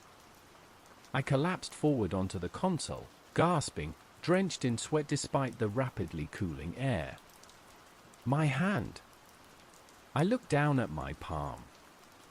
The silvery scar of the binding mark was still there, but it looked deeper now. Burnished. Changed. And the brass console plate beneath it was no longer searing hot, but cool to the touch, faintly shimmering, almost mirroring the pattern on my palm. Imprinted. Silence returned to sublevel 4, broken only by my ragged breathing and the now steady, powerful hum of the geothermal core. I had done it. Balanced it. Become the damper. But the price? I felt drained, hollowed out, yet strangely connected. To the station. To the core. To the cold entity sleeping in the reliquary. The conduit wasn't just temporary. The interface wasn't just for stabilization. Something fundamental had shifted. I wasn't just the caretaker anymore. I was part of the system. Part of the containment. The steady hum of the geothermal core filled the silence of sublevel 4. It felt calm now. Stable. The oppressive heat had subsided, leaving only a manageable warmth. The bore cap dome glowed faintly orange, no longer threatening, simply powerful. The amber shards of the Finch echo lay scattered like broken glass, inert, devoid of their previous malevolent energy. I remained slumped against the Finch override console, body screaming with exhaustion, mind reeling from the forced interface. My palm throbbed, not with pain, but with a deep, resonant pulse that seemed synchronized with the core's hum. The binding mark felt permanently altered, deeper, burnished, fused somehow to the very essence of the station's power source. Imprinted. Slowly, shakily, I pushed myself up. My shoulder, grazed by the Finch echo's energy blast, felt fine. Inspecting it, I found the uniform charred, the skin beneath pink, tender, but already healing, the burn far less severe than it should have been. The accelerated healing, amplified? Or was it the null field energy I'd channeled, somehow mitigating the damage even as it occurred? Station span class equals noise status span core span class equals noise stable span. Sector 7 span class equals noise breached span contained. Temporary span class equals noise stasis span field active. Primary span class equals noise threats span neutralized. Life support span class equals noise operating span on minimal span class equals noise emergency span power. Estimated span class equals noise system span failure 10.9 hours. Unit 3 CS voice echoed in my mind. Quieter now, less demanding, more present. The direct, forceful connection established during the Containment protocol had softened, but it hadn't severed. It felt less like an external entity giving orders and more like an internal system update, a status report integrated directly into my consciousness. The tether remained. 10 hours. Stabilizing the core hadn't stopped the countdown entirely. The damage to the station was too extensive, the power drain too significant. The temporary stasis field reinforcing Sector 7 wouldn't hold indefinitely against the abyssal pressure.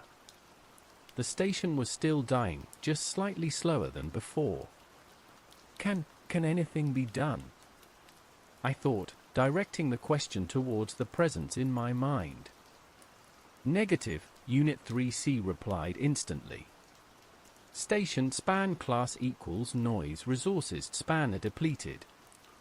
External span class equals noise assistance span required. Communications span class equals noise offline span. Escape span class equals noise POD span jettison sequence span class equals noise requires span manual span class equals noise activation span at surface span class equals noise docking span ring. Escape pod. There was an escape pod? It wasn't mentioned in any standard manual. Surface docking ring, that meant getting back up to level 1. Then likely through the main access tunnel, the one currently guarded by whatever monstrous thing had emerged when the core destabilized. The thumping I'd heard earlier. Warning, Unit 3C added, as if sensing my line of thought. Surface span class equals noise accessed span tunnel integrity span class equals noise unknown span. Geothermal span class equals noise cascade span event may have caused span class equals noise structural span damage. Additionally, span class equals noise anomalous span energy signatures span class equals noise detected span near surface span class equals noise exit span. Anomalous energy signatures. The thumping. The Finch echo wasn't the only thing stirred by the resonator cascade. Something else had woken up. Or been called. I looked down at my marked hand, then back towards the silent stairwell leading upwards. 10 hours. A dying station. Unknown horrors potentially blocking the only escape route. And me, somehow changed, tethered to a cold, alien intelligence in a box. My role wasn't just caretaker anymore. It was keeper. Keeper of the station's dying breath, keeper of its secrets, keeper of the binding mark, and perhaps, keeper of whatever balance Unit 3C represented against the chaos of Omega and Gamma. Recommendation: span class equals noise proceed span to surface span class equals noise docking span ring. Activate span class equals noise escape span sequence. Subject span class equals noise LEO span vant survival span class equals noise probability span estimated AT 17.4%. 17%. Not great odds. But better than 0% waiting here for the station to implode. Okay, I breathed, picking up the heavy brass orrery key from the floor. It felt resonant now, connected to my marked hand, connected to the stabilized core. Okay. Let's go see what's waiting upstairs. The climb back up felt different. The exhaustion was still profound, but overlaid with a strange clarity, a heightened awareness. I could feel the station around me, not just hear its groans or see its failing lights. I could sense the residual energy signatures, the stress points in the hull, the faint, cold presence of Unit 3C humming silently in its reliquary miles away, yet intimately connected to my mind. Reaching level 1, the scene was unchanged. The wrecked control room, Araz's abandoned wrist device, the dead monitor that had briefly shown somewhere else. The corridor stretched towards the main surface access tunnel, plunged into near darkness, lit only by the faint, icy glow now emanating subtly from the mark on my palm. And the thumping. It was gone. Replaced by a low, scraping, dragging sound. Coming from the access tunnel entrance. The same sound the massive, merged biomass creature had made in the control room before I jammed the chip into its crimson orb heart. It hadn't been destroyed? Or this was something else drawn by the core event? Gripping the orrery key like a club, my only weapon, I moved cautiously towards the tunnel entrance. The scraping intensified, accompanied by a wet, clicking sound that made my skin crawl. Peering around the corner into the main access tunnel, a wide, cylindrical tube leading upwards towards the seafloor docking ring where the Archimedes elevator usually connected, my breath caught. It wasn't the biomass creature. It was ASRA Gamma. Or what was left of it. The massive robotic arm, torn, mangled, fused with chunks of sulfide chimney and strands of pale, membranous tissue, was dragging itself down the tunnel towards me. Its lights were dead, its joints sparked erratically, but it moved with a horrifying, jerky semblance of life. The manipulator claw snapped open and shut rhythmically, the source of the clicking. And embedded in its central chassis, where its primary sensor array should be, was another lumine orb. Pulsing with a sick, greenish-yellow light. Signature ASPAN class equals noise detected ASPAN, Unit 3C whispered in my mind. Omega, SPAN class equals noise resonance spanner echo. Parasitic SPAN class equals noise integration, spanned with ASRA, ASPAN class equals noise gamma ASPAN unit. Hostile. The Omega entity hadn't been neutralized by the cold purge. It had infected the arm, possessed it, and now it was here, blocking my only way out. The mangled ASRA Gamma unit dragged itself closer, a grotesque parody of machinery animated by the parasitic Omega resonance. Its remaining optical sensors glowed with a sick greenish-yellow light, fixed on me. The manipulator claw snapped rhythmically, echoing the earlier tapping on the viewport, a horrifying mockery of communication. Oily fluid leaked from its damaged joints, pooling on the floor, mixing with the residual frost from Unit 3CS purge. Hostile SPAN class equals noise entity SPAN Omega, SPAN class equals noise echo ASPAN class SPAN class equals noise gamma ASPAN ASRA integration, Unit 3CS voice analyzed coolly in my mind. Physical SPAN class equals noise resistant SPAN a likely SPAN class equals noise ineffective SPAN. Resonance SPAN class equals noise signature SPAN a highly SPAN class equals noise unstable SPAN. Recommend SPAN class equals noise avoidance SPAN or resonance SPAN class equals noise neutralization SPAN. Avoidance was impossible. It blocked the entire access tunnel leading upwards. Neutralization? How? The tuning fork was useless now, likely drained or ineffective against this specific signature. The binding mark? I held up my scarred palm, the faint silvery lines barely visible. The arm paused its advance, its glowing sensors flickering as if assessing the mark, but it showed no sign of recoil or distress like the gamma entities had. The mark was attuned to the Atherton binding, the gamma resonance, perhaps ineffective against Omega. The heavy brass orrery key felt strangely warm in my other hand, still resonating faintly with the stabilized geothermal core. Could this do something? It wasn't a weapon, but it felt connected to the station's energy, its balance. Query, Unit 3C interjected. Orrery span class equals noise, key span detected. Finched span class equals noise calibration span a device. Potential span class equals noise application span localized span class equals noise resonance span field disruption via a span class equals noise chord span harmonics. Low span class equals noise probability span of success. High span class equals noise risk span of unpredictable span class equals noise energy span feedback. Low probability, high risk. Standard for this place, apparently. But it was the only option besides trying to physically fight a multi-ton robotic arm possessed by an abyssal entity. The possessed ASRA lunged, its functional hydraulic joints driving it forward with surprising speed, the damaged section scraping horribly against the tunnel walls. The snapping claw aimed directly for my head.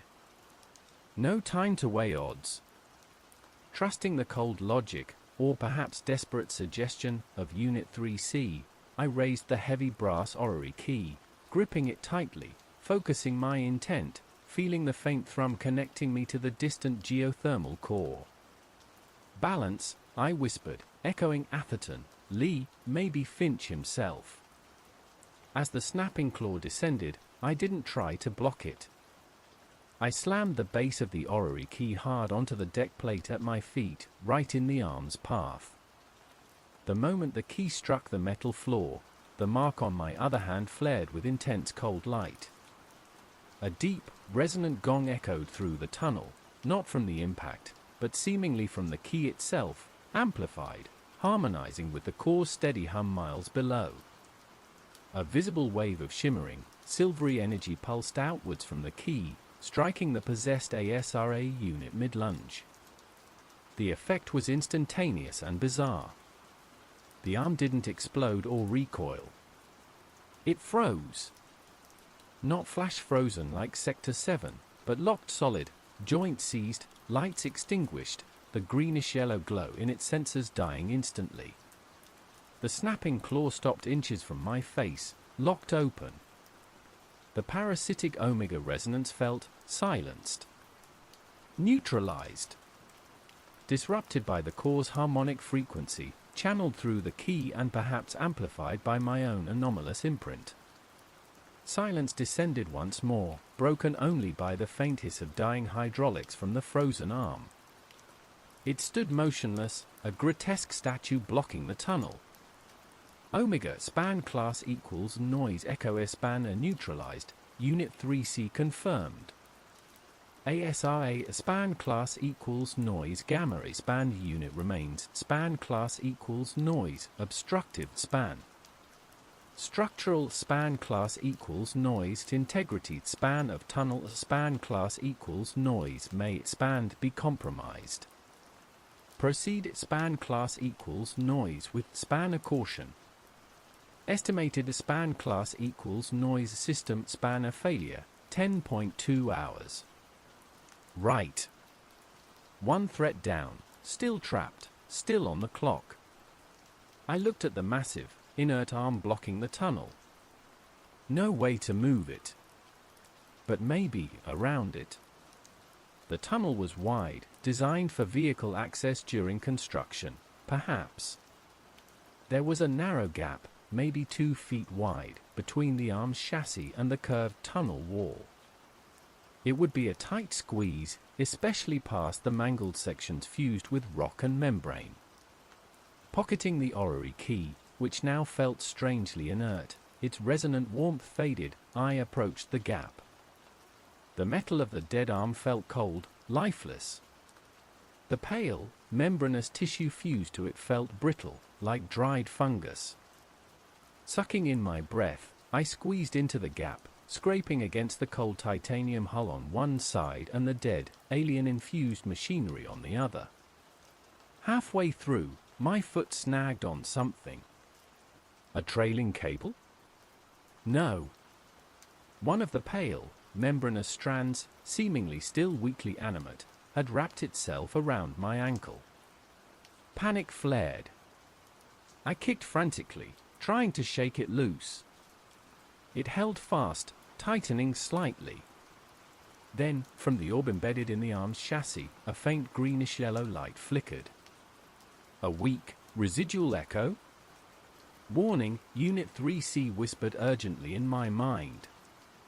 Residual span class equals noise resonance span detected. Potential for a span class equals noise RE animation span. No time. With a desperate surge of adrenaline, I twisted, yanking my leg free, tearing the membrane. The greenish-yellow light died instantly. Scrabbling the rest of the way through the gap, I emerged on the other side, heart pounding, gasping for air. Looking back, the arm remained still, dark. False alarm? Or had I escaped just in time? No time to dwell. Upwards. Towards the surface docking ring. Towards the escape pod. The rest of the ascent through the main access tunnel was blessedly uneventful, though profoundly unnerving. The tunnel showed signs of stress, buckled plates, cracked supports, likely from the geothermal event. The emergency lights were sporadic, forcing me to rely on the faint glow from the mark on my palm. Several times, I thought I heard scraping sounds from feeder conduits or saw movement in the deep shadows, but nothing materialized. Was Unit 3CS purge truly complete? Or were other things simply waiting? Finally, light ahead. Not emergency lights, but the faint, ambient blue glow of the sea filtering down through the docking ring's upper viewport. I'd reached the top level, the primary docking station where the Archimedes connected. The docking chamber was cavernous, designed to accommodate the bathyscaphe.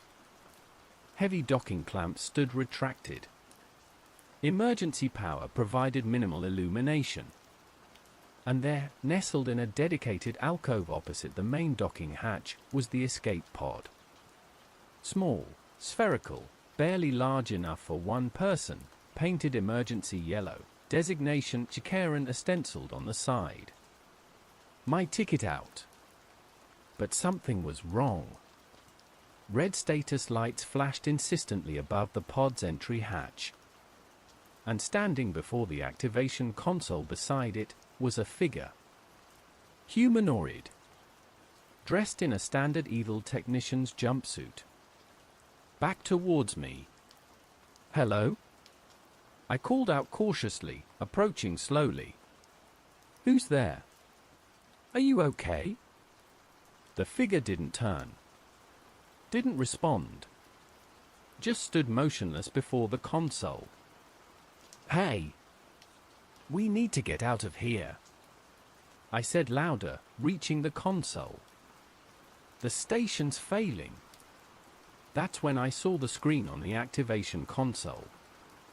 It wasn't displaying the standard launch sequence interface. It displayed the single, stark white, geometric symbol I'd seen on my dead tablet. The symbol of Unit 3C. Pulsing slowly. And the figure. I reached out, touched its shoulder. It turned, slowly, mechanically. The face was human. Youngish, maybe late 20s. Unfamiliar. Eyes wide, staring, but utterly vacant. Skin pale, clammy. A thin trickle of blood ran from one nostril. And pressed against its temple, almost hidden by its hair, wires trailing away into the console beside it, was another lumine orb. glowing faintly violet. Not possessed. Interfaced. A human puppet, wired into the system, controlled remotely. By whom? Or what? Span class equals noise accessed span denied, Unit 3CS voice stated flatly in my mind, simultaneous with the figure raising a heavy spanner wrench it held loosely at its side. Escape span class equals noise POD span requires span class equals noise primary span system span class equals noise authorization span. Primary span class equals noise system span IS span class equals noise ME span. Subject span class equals noise LEO span Vance designated span class equals noise of essential span personnel. Must span class equals noise remain span AS span class equals noise conduit span. It wasn't letting me leave. It needed me. Needed the binding mark. Needed the connection to stabilize, whatever it was trying to stabilize. The figure swung the wrench. The heavy spanner wrench swung wildly, whistling past my head as I dodged. The interface technician moved with a jerky, unnatural coordination, eyes vacant, body merely a puppet controlled by the cold intelligence still linked to my mind. Escape span class equals noise denied span. Subject span class equals noise LEO span Vance span class equals noise essential span. Essential? For what? I grunted, stumbling back, putting the escape pod console between myself and the technician. To be a living battery? A temporary patch on a collapsing dam. Conduit span class equals noise required span for span class equals noise long-term span stability. Resonance span class equals noise balance span IS span class equals noise primary span directive. Subject span class equals noise survival span secondary. Secondary. Figures. The technician rounded the console, wrench raised again. I kicked out, catching its knee. The puppet stumbled but didn't seem to register pain, its vacant eyes still fixed on me, the violet orb at its temple pulsing faintly. It wasn't fighting me, Unit 3C was fighting through it.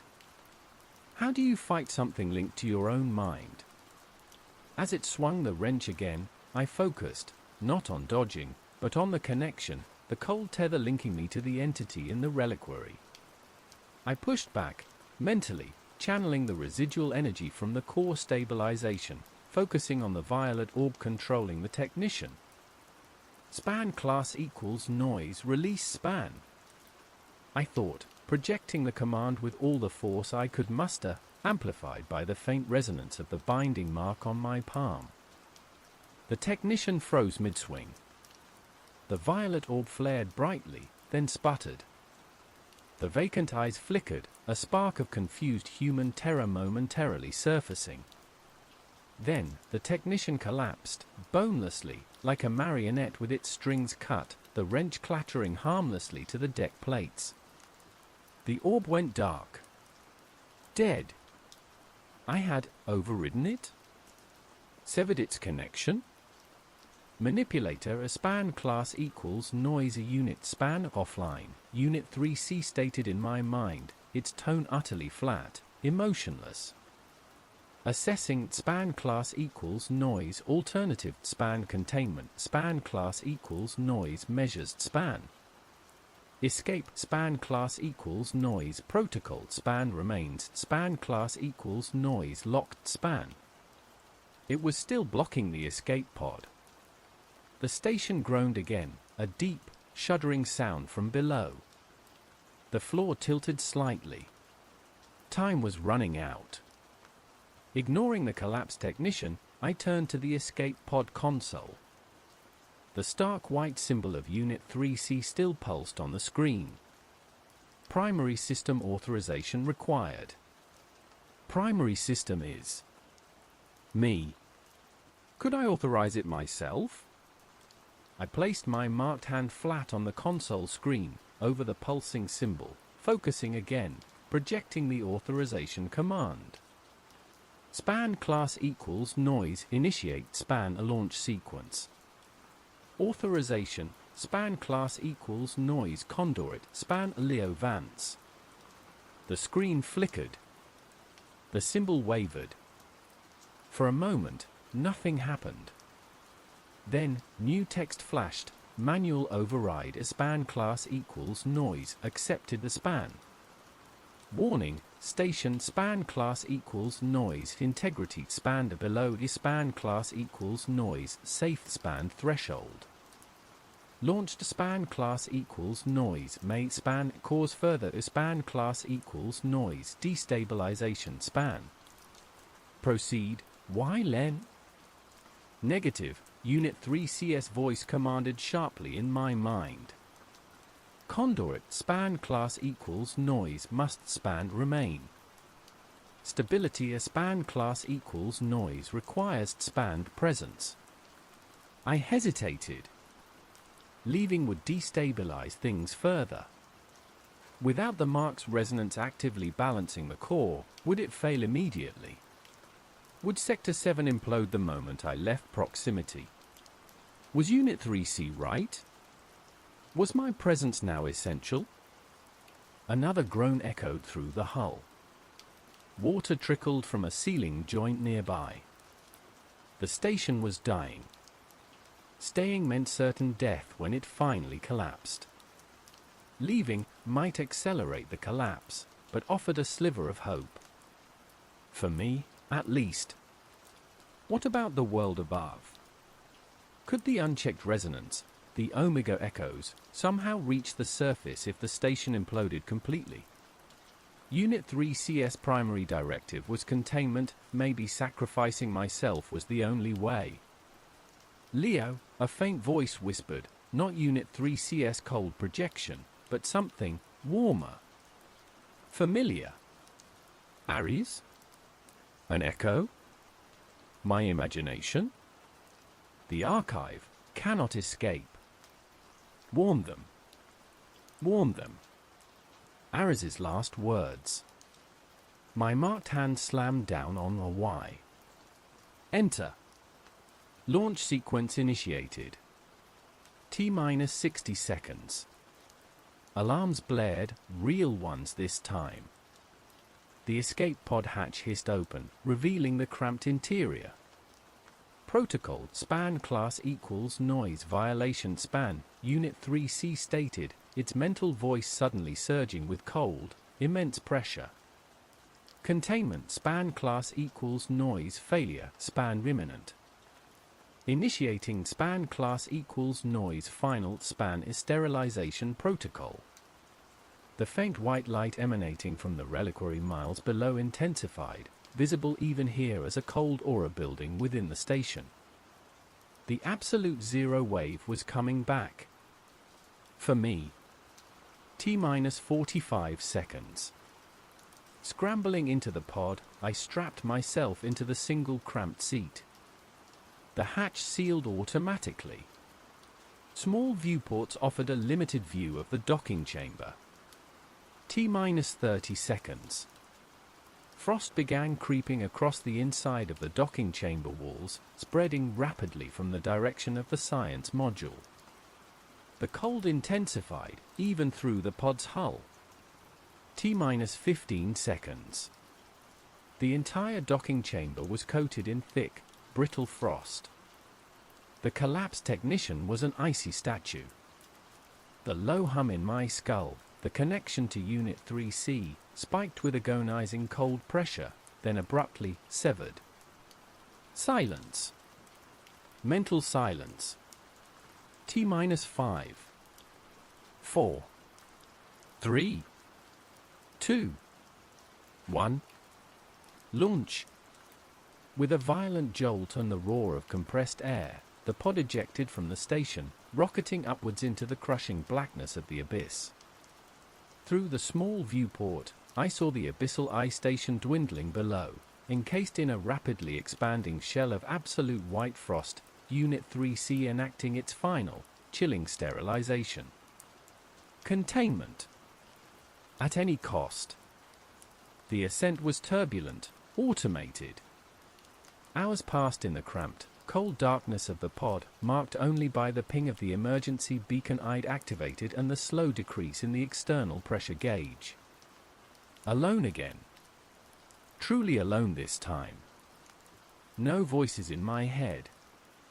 Just the silence of the deep and the lingering chill. I looked down at my palm. The binding mark was still there, a silvery scar against my skin. No longer glowing, no longer pulsing. Just part of me. A reminder. A brand. Had I saved anyone? Or just myself? Had severing the curator, breaking Atherton's machine, unleashing Unit 3C, ultimately doomed the archive, perhaps even the world, to some unforeseen consequence? Or had I, through sheer, bloody-minded survival and a resonance I didn't understand, somehow restored a fragile balance? The pod finally surfaced under a grey, indifferent sky, bobbing amidst choppy waves. The beacon pinged steadily. Help would come. Rescue. Questions. Debriefings. Lies. They wouldn't understand the pressure, the voices, the echoes, the cold geometry in the dark. They wouldn't understand Protocol Inimicus or the Atherton binding mark. They'd see only a traumatized survivor, the sole witness to a catastrophic deep-sea station failure. And maybe that was for the best. But I knew the truth. Down there, in the crushing dark, the archive remembered. Unit 3C contained.